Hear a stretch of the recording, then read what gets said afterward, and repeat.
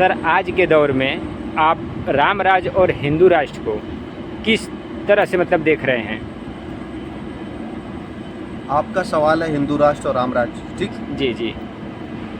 क्या है कि सबसे बड़ी भूमिका अगर किसी भी आंदोलन में, किसी भी क्रांति में, किसी भी समय होती है तो वो है समाज में युवाओं का और समाज में जितने लोग रह रहे हैं, खासकर युवाओं का योगदान बहुत इम्पॉर्टेंट रहा है। चाहे वो क्रांति हो, चाहे वो आंदोलन हो, चाहे वो कोई संगठन का कोई बड़ा मसला हो या किसी परिवर्तन की बात हो, तो हमेशा से समाज का ही रोल रहा है और समाज की ज़रूरतों के लिए ही समाज बना है। चूँकि समाज बहुत दिनों से एक बिखराव की स्थिति में है।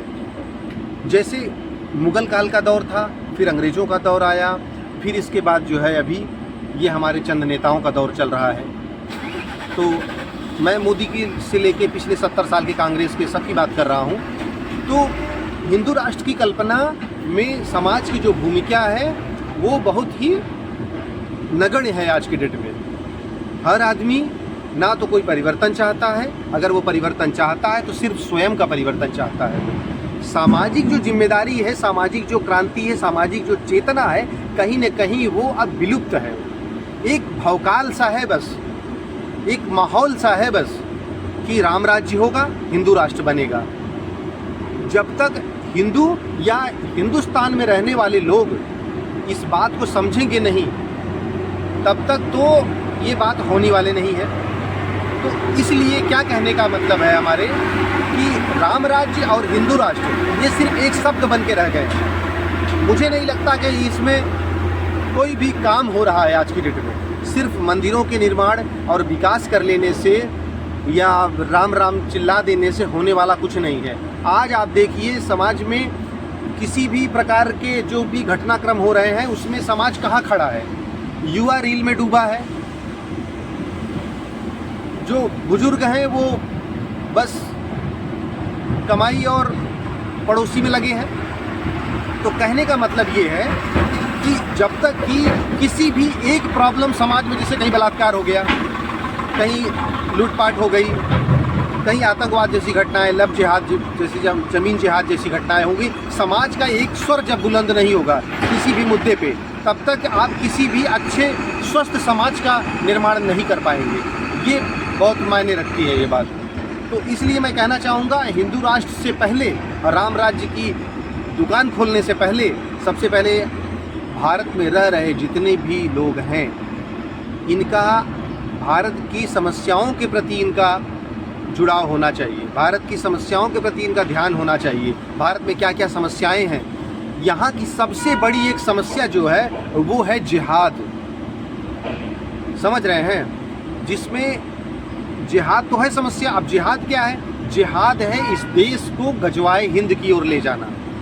सारी समस्याओं के मूल में है। आप सारी राजनीतिक पार्टियों का उद्देश्य लेके या जितना कुछ है, कुछ हद तक कुछ पार्टियों को छोड़कर समाज के कुछ संगठनों को छोड़ दिया जाए तो सारा का सारा इस देश की समस्याओं के मूल में इस्लाम बैठा हुआ है, गजवाए हिंद बैठा हुआ है। इस पर खुल के बात होनी चाहिए।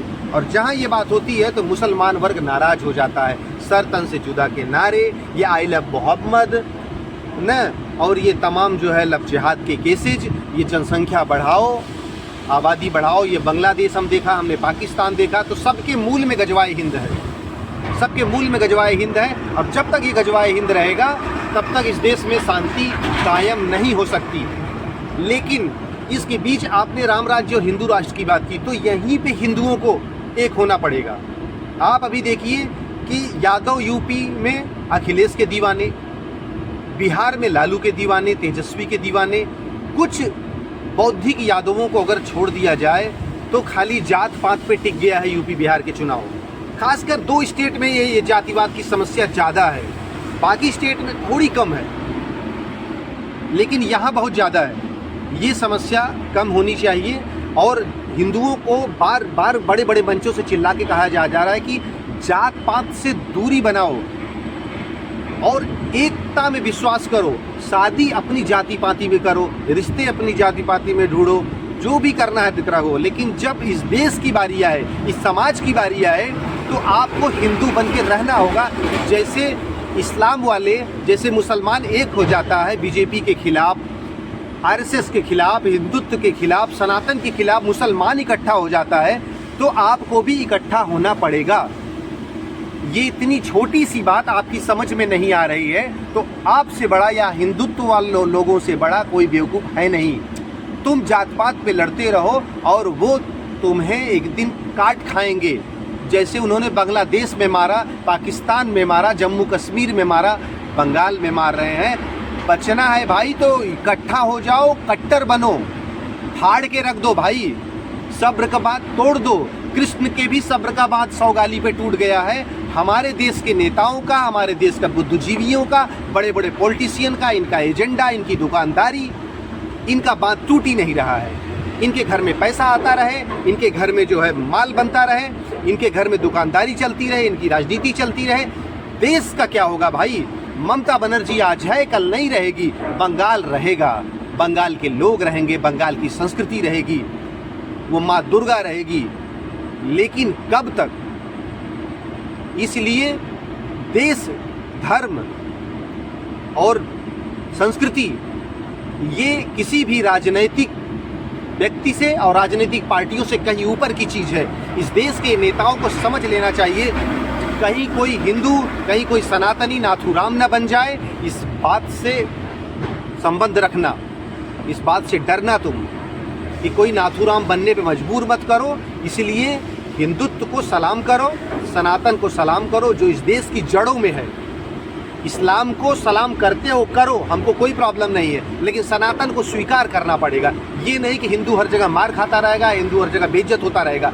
हिंदू जवाब देगा। जैसे अभी गवई के मुंह पे जूता पड़ा है, उसको जूता पड़ना जरूरी था। उसके जैसे 100 लोगों पे जूता नहीं, तलवार भी चलनी चाहिए ऐसे लोगों को जो हमें अपमान करते हैं। उसने क्या बोला कि विष्णु को बोलो कि वो जाके मूर्ति अपनी बना ले, तुम अल्लाह को बोल दो, मोहम्मद को बोल दो, वो अपना आके मस्जिद बना ले अयोध्या में, यहाँ ले बना ले, वो बना ले। तू विष्णु पे अटैक करेगा लेकिन अल्लाह पे अटैक नहीं करेगा, क्योंकि तू जानता है कि हिंदू सहिष्णु है, हिंदू बर्दाश्त कर लेता है, हिंदू शांति प्रिय है।